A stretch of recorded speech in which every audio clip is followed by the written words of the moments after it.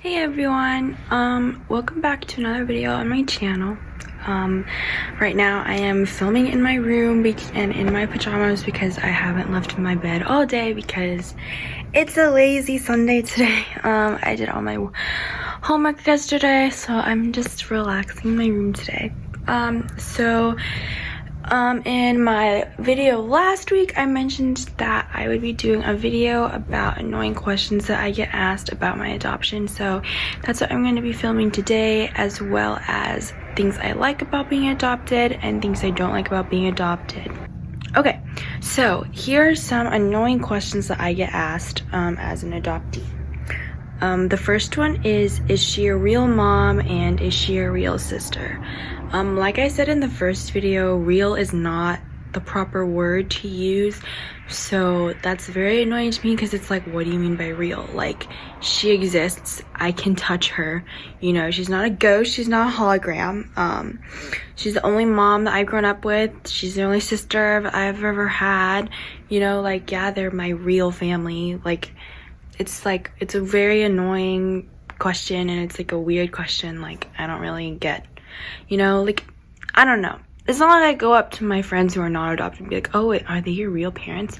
Because, like, I don't know, it's like a weird question. It's like a pet peeve of mine. I don't really like getting asked that question. Second, why didn't your birth parents want you? I don't remember if I've ever gotten asked this. I feel like I might have been asked this like when I was younger, but just because I'm adopted doesn't mean my birth parents didn't want me. There was like probably legitimate reasons that they couldn't take care of me, and so not all adoptees are like given it for adoption because their parents didn't want you. I mean, most of the time it is for like real reasons.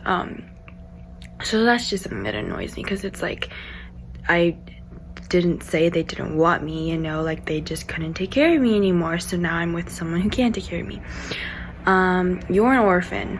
That one I never thought I would get asked, but I did get asked it when I was studying abroad in Shanghai. I mentioned how I had a Chinese name because I got it from the orphanage and it's like in my full name, and someone was like, wait, you're an orphan? And I was like, well, not anymore. And they were like, but you grew up in an orphanage. I was like, yeah. And then I started to explain to them how I was like given up for adoption. I lived in an orphanage for 11 months, and I like, it was kind of hard for her to like understand that, and so that was kind of annoying because it was like, I mean, I was an orphan, yes, but I'm not an orphan now. Like, I have a mom, you know, like I have a family, so I'm not an orphan. Where are you really from?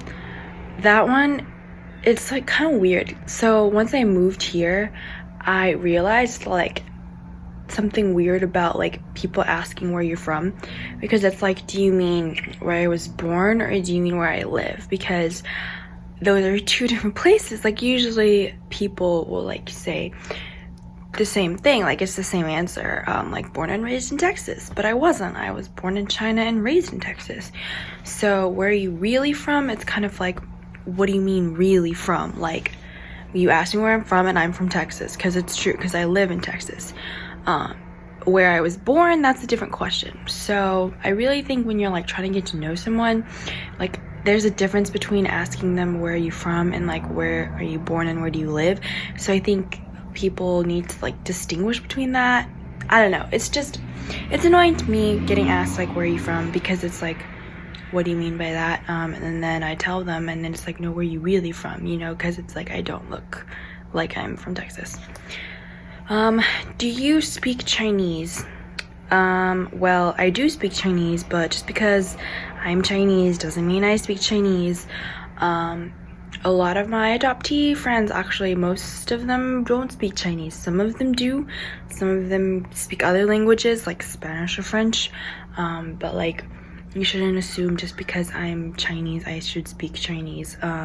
For example, my sister can only speak, like, a little Chinese, you know. Aren't you happy that you were adopted? This one is kind of annoying to me because it's like, I mean, yes, I am happy, but like, I feel like people would think that I was happy for the wrong reasons. The reason why I'm happy that I was adopted is because I was granted this amazing family to grow up with, and I live in an amazing place. I get so many cool opportunities here. I've met like so many friends that have become like my second family and all that stuff. But like, to say, am I happy that like I don't live with my birth parents, or like to say that I was lucky to be adopted, like that's like a whole different kind of thing. It's kind of hard to explain, but like, I don't know.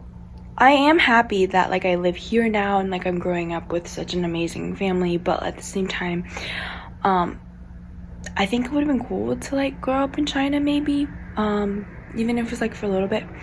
So yeah. So those are some annoying questions I get asked. I'm going to say why I like being adopted and why I don't like being adopted. So one of the first reasons why I like being adopted is because I like being different and being able to tell people that I'm adopted and to educate people about adoption. So in my very first video, I mentioned how I really like educating people, and it's like very important to me that like people know adoption and like understand like what it is. So that's the main reason why I like being adopted, is because like I have like the ability to like tell people about adoption. Sorry. I also like it because it puts me apart from other people. So even though like I know so many more adoptees, like it's still a really cool thing to be like, to have that be like part of your identity, and like to have that kind of separate you out from everyone else, from like the giant pool of people. And even when you do meet other people who are adopted, it's kind of cool to like have that connection. Which kind of gets into another reason why I like being adopted, which is that it connects you to other adoptees in like a different way. So like I connect to my adoptee friends in like a different way than I connect to my non-adoptee friends. Like I love all of my friends, but it's like a different kind of friendship. Like it feels the same, like we talk about the same stuff and like we hang out and we like love each other, but it's also like we have that one thing in common, and it's kind of like really cool because like we can talk about it, and we can like exchange feelings and thoughts, and that's something I can't really do with my non-adopted friends because they don't have that same experience that my adopted friends do. Another reason why I like it is because it's me. It's being like, it's part of my identity, it's who I am, and like everything that I have done is like based off of the fact that I am Chinese American, I am adopted, and I really like who I am right now, and being an adoptee in America is definitely a big part of that, so I wouldn't change anything because of that. I wouldn't change anything, and being adopted is part of who I am, which is one reason why I like it so much. Also, it's really cool. It's just kind of cool to be adopted. It does have like a mixture of emotions, you know, like there's the sad parts and the happy parts, but it's also just a really cool thing. Also, I love my family and I love my adoptee community. They are great, amazing people. They are so supportive and loving and caring, and I'm so lucky to have found them and to be a part of such amazing communities and amazing families. And friends, of course. So now that I've said some things that I like about being adopted, I'm gonna say some things that I like get annoyed by, or like it's like weird, it's like a pet peeve. I don't really appreciate these things, and it's kind of like, it's like a weird, like uncomfortable situation kind of thing, if that makes sense. So yeah, so one, kind of like in my last video, I can't relate to looking like someone. I mentioned before, one of my hardships was probably like being in situations where people talk about who they look like, or just, you know, like everyday life, when I see my friends and I meet their family and I'm like, oh my gosh, you look so much like this parent, and or like see family photos. I can never do that. Like I can never relate And honestly, something that's also kind of annoying is when people tell me that my sister and I look alike, because we're not even blood related.